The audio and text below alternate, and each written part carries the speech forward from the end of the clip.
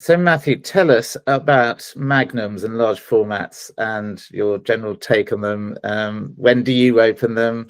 How many people do you need for them? Just the two of you, or Uh, well, I love them.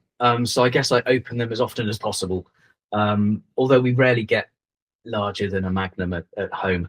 I've got a few double magnums, but they're all sort of squirreled away for these theoretical massive dinners that we'll have at some point in the future.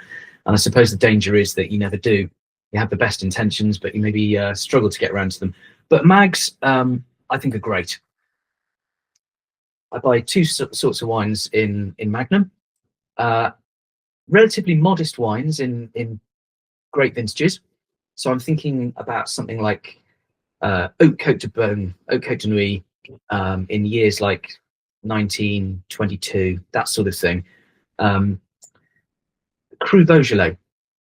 And this is what set me down on the whole route around magnums. I was in France doing some tasting, and we stopped, went to a supplier's house for lunch. Just a lovely sort of kitchen table lunch, very modest, hunks of good bread, cheese, ham, blah, blah, blah, blah, blah. And magnums of Cru Beaujolais. And it just transformed the whole experience. And I've never looked back, really.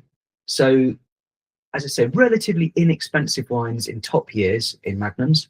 Even things like Cru Bourgeois Bordeaux or Chateau Meuni's a good one, things like that. And then smart wines as well. So I'd go sort of either end of the scale.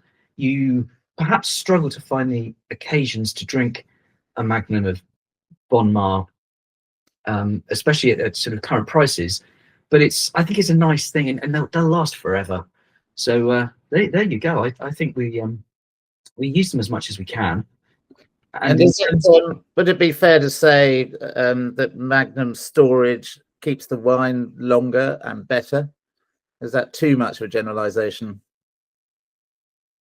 No, there seems to be solid science behind it, doesn't there? Yes. You know, if the ratio of wine with any exposure to oxygen, as in at the base of the neck, is going to be much smaller in a magnum with a greater volume than it would be in a bottle. Anecdotally, though, well-kept half bottles seem just as immortal as well-kept Jeroboams. So, maybe there's a bit more of a complicating factor there, but undeniably, there's definitely a freshness level in bigger bottles. I think champagne, most people would agree that champagne is usually better from a magnum. I think once you get beyond a magnum with champagne, a number of producers, at least traditionally, have not done the second fermentation in that mag, in that sort of Jeroboam or Nebuchadnezzar or whatever. So perhaps the absolute quality of the very large bottles of champagne is not quite as high as you would find in a magnum. But I think the magnum is a sweet spot.